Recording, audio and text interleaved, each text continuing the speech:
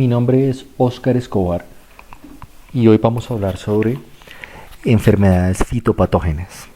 Bueno, realmente más que hablar sobre enfermedades fitopatógenas es conocer un poco, realmente pues ustedes pueden mirar bastante bien lo que es la fitopatología de agrios. Esa es la Biblia realmente para nosotros en el tema del control de enfermedades en sistemas de producción agrícola. Entonces ahí ustedes pueden profundizar bastante, pero quería mencionar esta división que tienen las plantas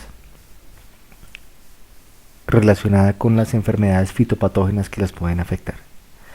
Entonces ustedes aquí a la izquierda podemos encontrar tres grupos: los procariotas, los eucariotas y los virus.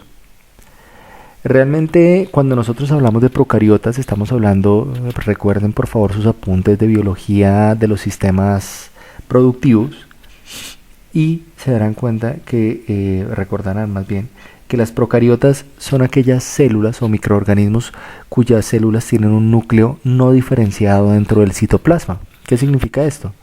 El núcleo es donde está la información genética de todo organismo. En nuestro caso, en los humanos, nosotros tenemos, por ejemplo, a los espermatozoides en el sexo masculino y a las mujeres en el óvulo, como para el sexo femenino. Ahí es donde nosotros almacenamos nuestra información genética en este tipo de células.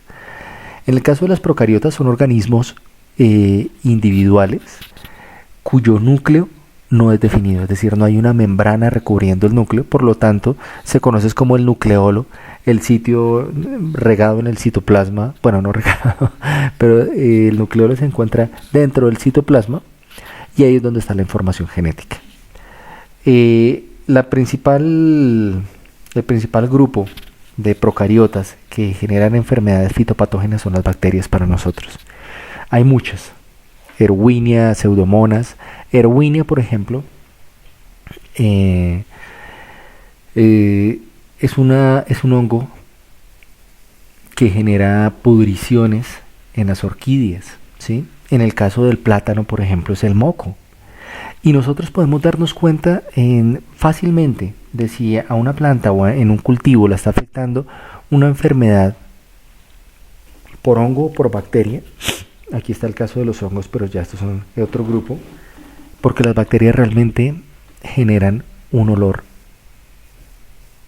horrendo, nauseabundo, putrefacto. Realmente uno puede reconocer una enfermedad bacteriana en un cultivo porque acercándose un poco se puede evidenciar una pudrición acuosa. Por eso es que en el caso del plátano se conoce como el moco, porque justamente cuando uno corta el colino se ve un moco. Me perdonan que sea tan explícito, pero pues me parece que es una manera gráfica de poder expresar cómo diferenciar las enfermedades bacterianas de otras enfermedades. Y adicionalmente, pues justamente porque botan una secreción bastante, que es donde está realmente la bacteria como tal. Yo les coloqué a ustedes un video para que ustedes miraran el tema de reproducción de bacterias. Las bacterias se reproducen en tiempo real, rapidísimo, pero rapidísimo es a nivel celular, es una reproducción brutal. Por lo tanto es importante darle un control temprano a este tipo de enfermedad, porque si no realmente se puede salir de control esta enfermedad dentro del cultivo. Hablando un poco ya de las eucariotas, dentro del grupo de las eucariotas, realmente ya estamos hablando de organismos cuyo núcleo sí es diferenciado. Esa es la diferencia entre la definición entre eucariota y procariota, es decir, su material genético está protegido por una membrana nuclear y ese organelo pues es el núcleo. Dentro de enfermedades fitopatógenas tenemos algas, hongos y mohos, dentro de las principales, ¿no? Dentro de los hongos, este va a ser uno de los temas que ustedes más van a tener que recurrir.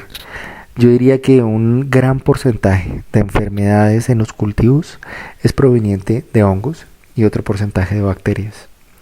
Dentro de hongos ustedes van a encontrar muchísimos. Sigatoka, por ejemplo, que es un hongo que se come las hojas del plátano.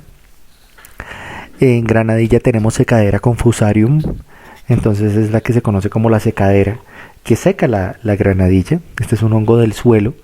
Y el problema que uno creería que es más difícil controlar un hongo del aire como sigatoca, que pasa de hoja en hoja, que un hongo del suelo. Y definitivamente es mucho más complicado. Y es el caso que tenemos, por ejemplo, en mal de Panamá en banano. Mal de Panamá de Fusarium es un hongo que genera una especie de hilos que se conocen como micelios, que al enrollarse muchísimo forman unas estructuras denominadas esclerosios. Estos esclerosios y micelios y todas las estructuras que tienen los hongos para sobrevivir en el ambiente son estructuras reproductivas que lo que le permite al hongo pues es obviamente permanecer mucho tiempo, pero en especial los esclerosios pueden durar entre 8 a 10 años en el suelo. Y un esclerosio no tiene un color llamativo para uno poder entrar a mirar si sí o no está ahí, porque es un color negro de una estructura que puede superar o puede llegar a medir 2 milímetros. Se puede confundir con cualquier estructura del suelo, por lo tanto su manejo es incontrolable. Y en estos momentos, 2017, hay una urgencia por el control de Fusarium, principalmente en banano. Entonces digamos que los hongos del suelo vienen siendo un poco más delicados que los hongos del aire. Por ejemplo, el caso de la roya. Bueno, digamos que no es que haya uno más difícil que otro, sino todo depende del control que pues yo les referencio a ustedes en el manejo integrado de enfermedades y que es importante que ustedes lo tengan en cuenta.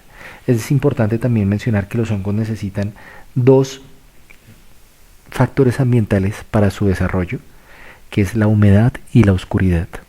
La humedad proveniente de una temporada de invierno, por supuesto, por eso es que cuando llueve se incrementa la presencia de enfermedades, y de oscuridad lo tenemos cuando nosotros no hacemos las prácticas culturales de podas dentro de nuestro cultivo o tenemos un cultivo demasiado denso.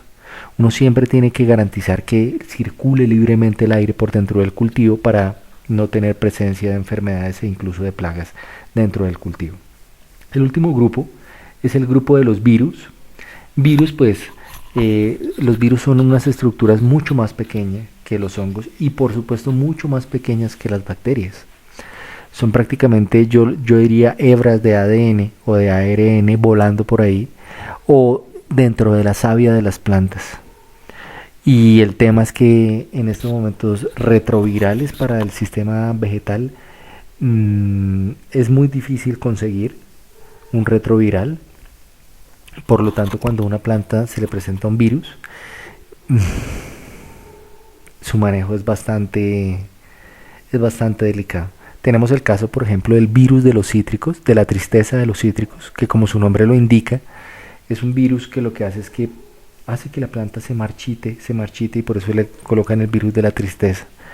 Y recordemos que los áfidos, los pulgones, son un vector importante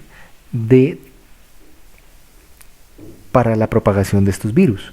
Entonces un áfido lo que llega es que llega al cogollo del cítrico, de esa estructura tierna, chupa la savia de ahí. Como esta planta tiene el virus en su sistema vascular, lo que hace el pulgón es que al volar a otro cítrico pues va transmitiendo el virus de planta en planta. Por lo tanto es importante hacer el control de estos vectores de virus y no solo los áfidos, también hay otros que les recomiendo lean en las lecturas que les dejé. Muchas gracias.